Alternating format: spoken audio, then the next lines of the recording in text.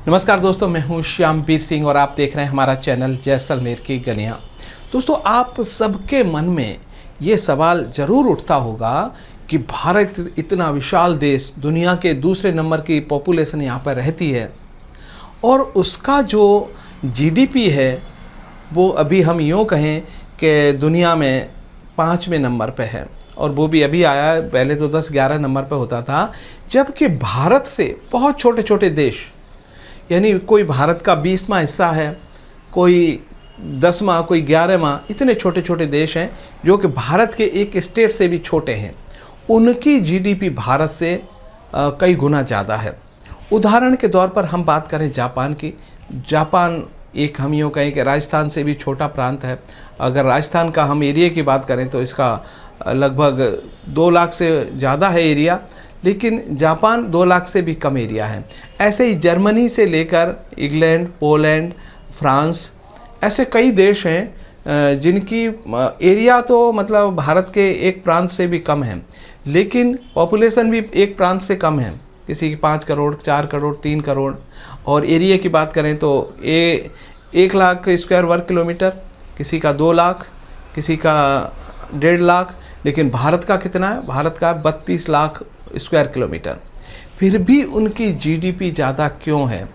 तो इसका हम आपको बताते हैं ऐसा क्यों हो रहा है। देखिए, जापान एक छोटा सा देश है, वो कृषि प्रधान देश नहीं है। भारत कृषि प्रधान देश है। भारत 1980 तक यहाँ पर 80% लोग खेती के ऊपर निर्भर हुआ करते थे और भारत का जो एक्सपोर्ट होता था वो कृषि उत्पाद ही थे ज़्यादा, या हैंडीक्राफ्ट का सामान जाता था। तो जैसे कि हम अपने देश के किसानों को लें, किसान कितना ही पैदा कर ले, लेकिन व्यापारी की बराबरी कभी नहीं कर पाता। एक शहर में रहने वाला व्यापारी एक छोटी सी दुकान चलाता है, चाहे कपड़े की हो, चाहे किराने की हो, या जनरल स्टोर हो, या मेडिकल स्टोर हो। वो एक जो भारत का एक किसान है जिसके पास में 100-200 बीघा ज़मीन होती है, उससे भी ज़्यादा अमीर वो होता है, अच्छा रहन सहन होता है। इसका कारण है यही बात हमारे जो यूरोप और हमारे देश के ऊपर लागू होती है कि जो यूरोप के देश हैं, जर्मनी, फ्रांस, ब्रिटेन, इटली, ये सारे व्यापारिक देश है। कृषि नहीं, कृषि का उत्पादन उतना ही करते हैं जितना इनको ज़रूरत है, और कम पड़ता है तो दूसरे देशों से मंगा लेते हैं। लेकिन भारत के जो किसान हैं वो खेती में लगे रहते हैं और खेती में अनाज उगाते हैं, और अनाज भी परंपरागत तरीक़ों से खेती करते हैं, जिससे कि पैदावार बहुत कम होती है।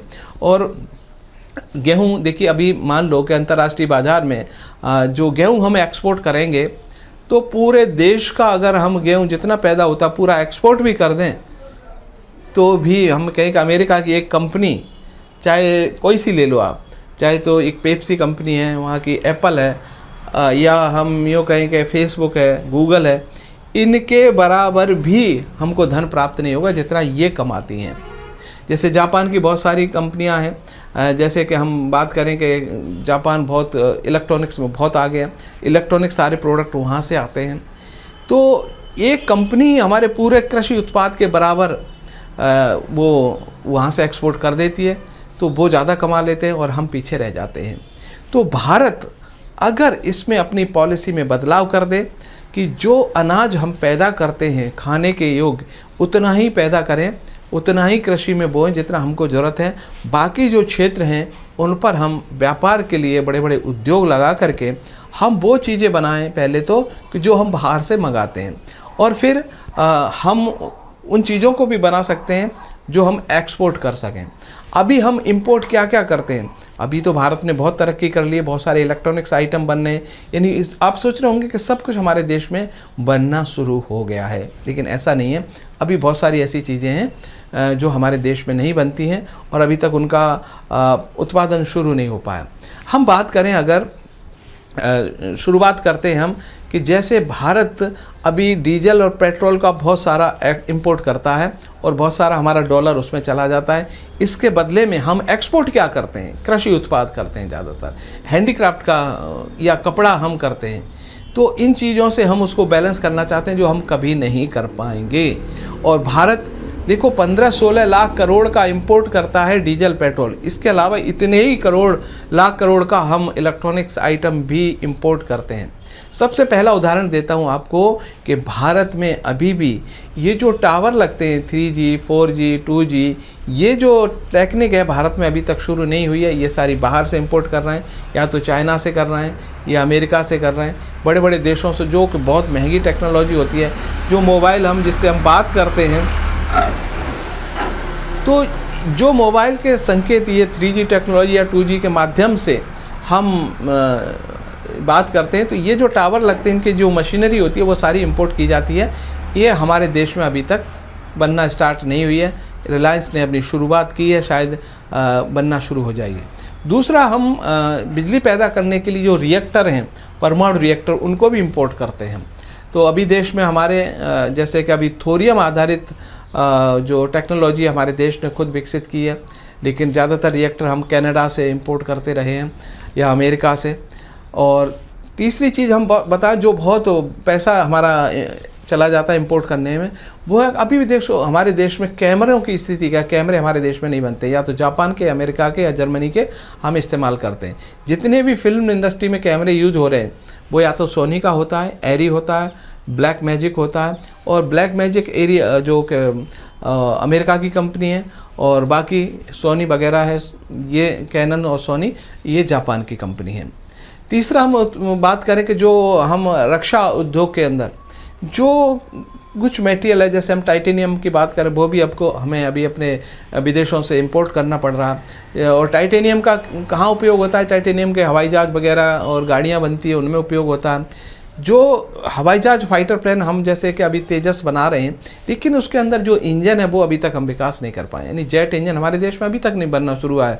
35 साल से कावेरी पे काम चल रहा था, लेकिन अभी तक हम सफल नहीं हुए हैं।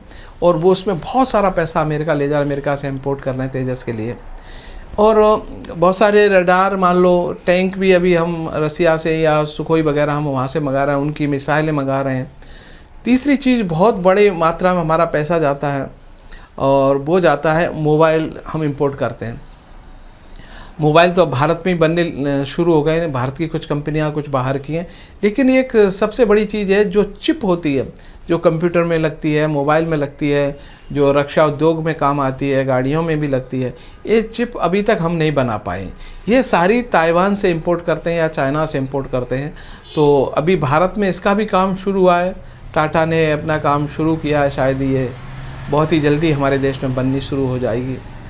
तो छोटी छोटी चीज़ें हमने बनानी शुरू कर दी हैं, लेकिन बड़ी बड़ी चीज़ों में अभी भी हम महारत हासिल नहीं कर पाए। वो हमको बाहर से मंगानी पड़ रही हैं, और इनका इंपोर्ट अभी कई वर्षों तक जारी रहेगा। लेकिन ऐसा नहीं है कि हम इनको बना नहीं सकते, बना पाएंगे, लेकिन पूर्ण रूप से तो हम इनका इंपोर्ट बंद कभी नहीं कर पाएंगे। हो सकता है हम 50% पे आ जाएं।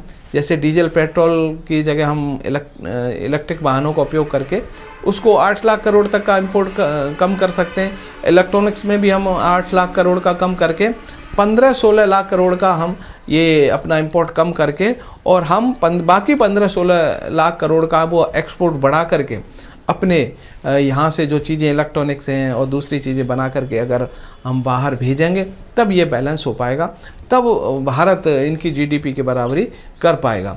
तो भारत अभी तक करता रहा था, खेती के ऊपर ध्यान देता रहा, और खेती के उत्पादों को कोशिश की एक्सपोर्ट करने की, और व्यापार पर अभी ध्यान नहीं दिया। तो भारत को भी एक बड़ा व्यापारी बनना पड़ेगा। अपने यहाँ पर वो सारी चीज़ें बनानी पड़ेंगी जो हम बना सकते हैं। हमारे यहाँ बहुत सारी आबादी ऐसे ही खाली बैठी रहती है, उनको काम भी मिलेगा, और हमारा एक्सपोर्ट भी बढ़ेगा।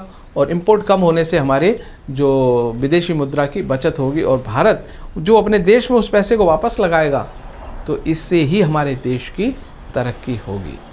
तो आप समझ गए होंगे कि भारत को अभी भी, जैसे कि हम अमेरिका या चाइना की या जापान की या जर्मनी की बराबरी करनी है, तो हमको भी हर चीज़ अपने देश में बना करके, जो कि मोदी जी का नारा है मेक इन इंडिया।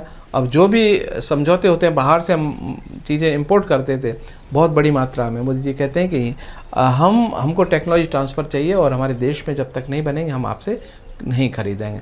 तो जो टेक्नोलॉजी ट्रांसफ़र नहीं करते हैं, ऐसी बहुत सारी कंपनियों को उनसे भारत सामान नहीं खरीद रहा है।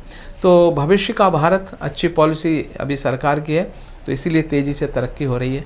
जो इतना बड़ा इंफ्रास्ट्रक्चर भारत में जो खड़ा किया है, वो इसलिए हो पाया क्योंकि हमने अपना इंपोर्ट कम कर दिया। जैसे जैसे इंपोर्ट कम होगा तो यहाँ की तरक्की बड़ी तेज़ी से होती जाएगी और हमारे देश का नक्शा बदल जाएगा। भारत एक, मुझे लग रहा है कि 2047 तक ये विकसित भारत ज़रूर बन पाएगा। और विकसित भारत वही होता है कि जो हम आत्मनिर्भर हो जाएं, हम पूरी तरह से किसी दूसरे पर किसी भी क्षेत्र में निर्भर नहीं रहे, तभी हम विकसित कहलाएंगे।